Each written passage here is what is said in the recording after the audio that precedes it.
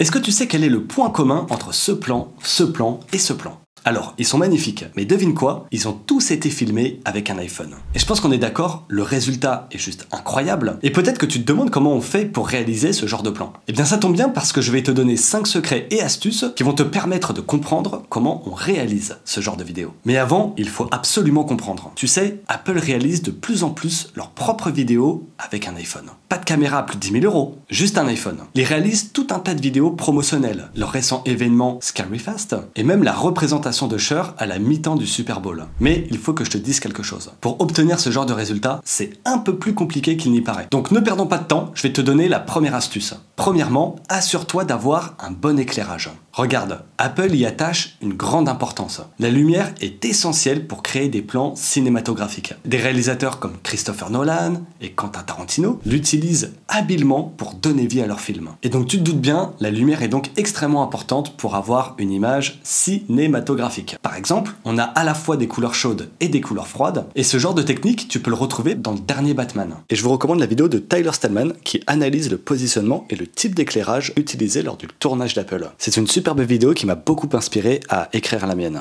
Allez, donc la deuxième astuce, c'est d'utiliser le mode log. C'est un format qui enregistre plus d'informations et qui permet de bien mieux ajuster les couleurs en post-production. Ça permet d'obtenir une ambiance, un mood particulier. Et tu te doutes bien, c'est beaucoup utilisé par les grandes productions. Troisième tips, passe en mode manuel pour filmer. Sur iPhone, Apple semble utiliser l'application Blackmagic Camera. Cela permet de régler le nombre d'images par seconde, les ISO, la balance des blancs, mais également de régler le focus. Et là, c'est Potato Jet qui a donné l'info. C'est la marque Tilta qui a mis à jour le Nucleus Nano afin qu'il soit compatible avec l'application Blackmagic. Et il est possible de tout régler manuellement et certaines équipes préfèrent ajouter des petits stickers pour mieux se repérer lorsqu'ils font le focus. Tout dépend de leurs préférences. Quatrième astuce, c'est d'utiliser des filtres ND. Donc ça permet de garder une vitesse d'obturation cinématographique et ça permet donc d'avoir un flou de mouvement qui est naturel. C'est également utilisé par les grandes productions, tu te doutes bien, et certaines caméras ont même des filtres ND qui sont intégrés. Par exemple, on peut citer la Sony FX6. Mais là, je peux te garantir que le budget c'est pas le même. Et enfin, on passe sur le cinquième secret. On peut utiliser un gimbal